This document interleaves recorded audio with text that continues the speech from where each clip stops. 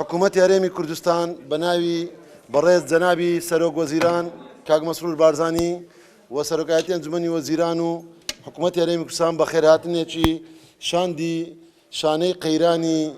نەخۆشی و بەرەنگاربوونەوەی کۆرۆنا لە پەرلەمانی عێراق دەکەین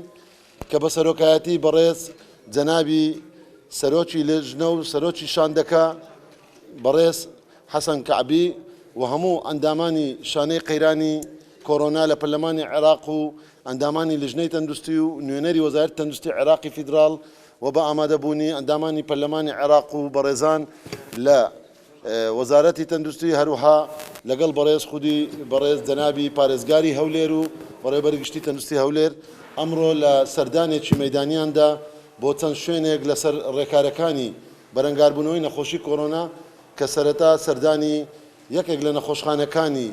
کە نەخۆشی کۆرۆنای تێدا هەیە سەردانی نەخۆشخانەی لە شاری هەولێر کرا و دواتر تاقیگەی پشکنین و دەستنیشانکردنی نەخۆشیەکە و یەکێک لە شوێنەکانی کەرەنتینکردنی هاوڵاتیانی کە گەڕاونەتەوە یان بەرکەوتنە دواتریش لە کۆبنەوەیەکدا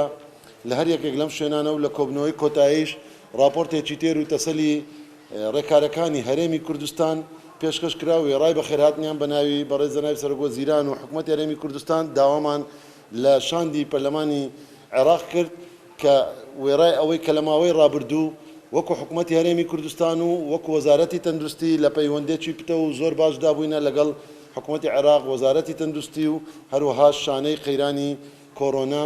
لە حکوومەتی عێراق لە وەزارەتی تەندروستی و پەیوەندیەک هەم لە ڕووی تەکنیکی هەم لە ڕووی زانستی لە ڕووی ڕێکارەکانەوە لە پەیوەندێکی باش و لێرەوە من سوپاسی بەڕێز جەنابی وەزیری تەندروستی عێراقی فیدراڵ بەڕێز دکتۆر جەعفەر عەلاوی دەکەم کە ڕۆژانە لە پەیوەندی داین و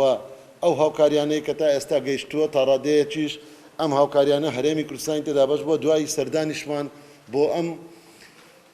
شاندە و لە کۆبنەوەیەکدا لەگەڵیان لە ماوەی ڕابردوو لە مانجی ڕابردوو کە بەڵێنیاندا و جێگیریان کرد کە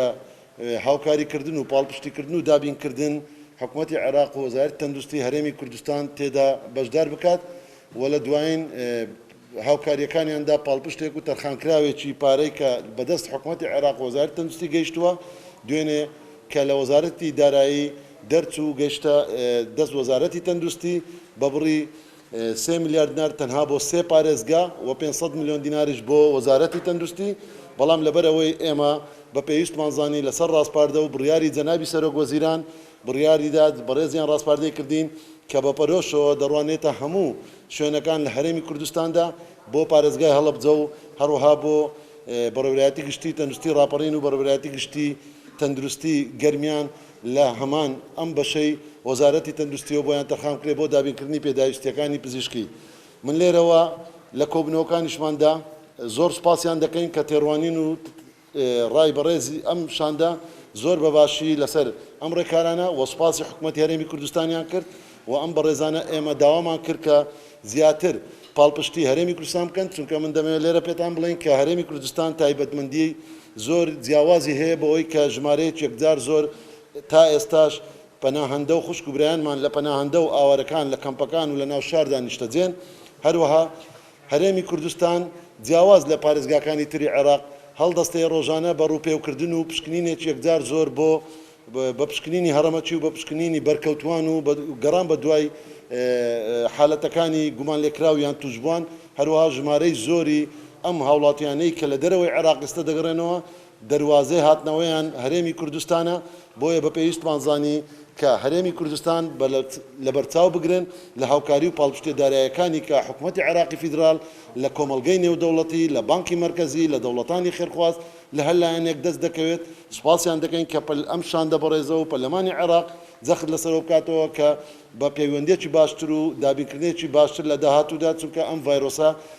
کارەساتێکی مرۆییە نەخۆشیەکە سنوور نازانێ و هیچ جیاوازیەک ناکا بۆیە جارێشتر بە خێرهاتنیان دەکەین سوپاسیان دەکەین بە ئومێدەین کە هاتنی بەڕێزیان پاڵپشت و پشتگیریکردنی تەواوی هەرێمی کوردستان بی لە داهاتوودا بۆی هەم هەرێمی کوردستان و هەموو عێراقیش لەم قەیرانەی کۆرۆنا دەرباز بین بەسەرکەوتی زۆر سپاس. السلام عليكم. خلية الأزمة النيابية وضمن مهامها الرقابية تقوم بزيارات إلى محافظات العراق العزيزة وكذا محافظات إقليم كردستان. وهذه الزيارة إلى محافظة أربيل ومن ثم سنتوجه إلى محافظة السليمانية. الحقيقة هنالك تحدي كبير يتمثل في قلة الموارد المالية،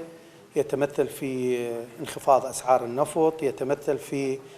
أن هذا الفيروس وهذا الوباء غير معلوم وليس له لحد هذه اللحظة أي علاج سوى الوقاية. وبالتالي التنسيق العالي بين الحكومة الاتحادية وحكومة إقليم كردستان هو جزء من مهام الوقاية من هذا الوباء. الحقيقة هنالك إجراءات لاحظناها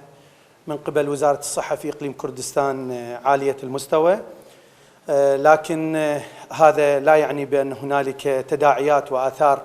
جانبية لهذه الإجراءات والقرارات الكبيرة والشجاعة، ومنها الضرر الذي تحصل بشكل طبيعي نتيجة تطبيق هذه الإجراءات بالنسبة لشرائح بسيطة وفقيرة وهي دون مستوى حد الفقر بالنسبة لشرائح موجودة في إقليم كردستان وكذا في وسط وجنوب العراق. التنسيق العالي بين الحكومة الاتحادية وحكومة إقليم كردستان في تدليل هذه الصعوبات، في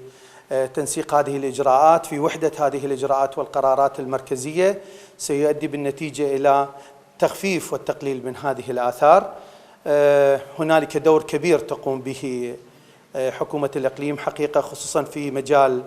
الحجر الصحي، حيث وفرت أعداد كبيرة من الأماكن بالنسبة للوافدين وبالنسبة للعائدين إلى البلد عن طريق مطار أربيل وكذا مطار السليمانية. وبالتالي هنالك تحديات كبيرة. نعتقد بأن التعاون المشترك الكبير مع وزارة الصحة الاتحادية مع إقليم كردستان كوزارة صحة سيكون له أثر كبير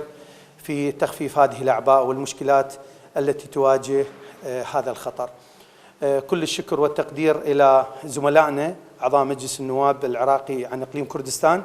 وشكر موصول إلى حكومة وبرلمان كردستان وبالأخص إلى دولة الرئيس الأخ مسرور بارزاني على قراراته ودعمه الكبير وإشرافه بشكل مباشر على مواجهة هذا الخطر. وبالتالي أكيد ستكون لهذه القرارات النجاعة والسرعة والاستجابة في محاربة هذا الفيروس. شكرا جزيلا.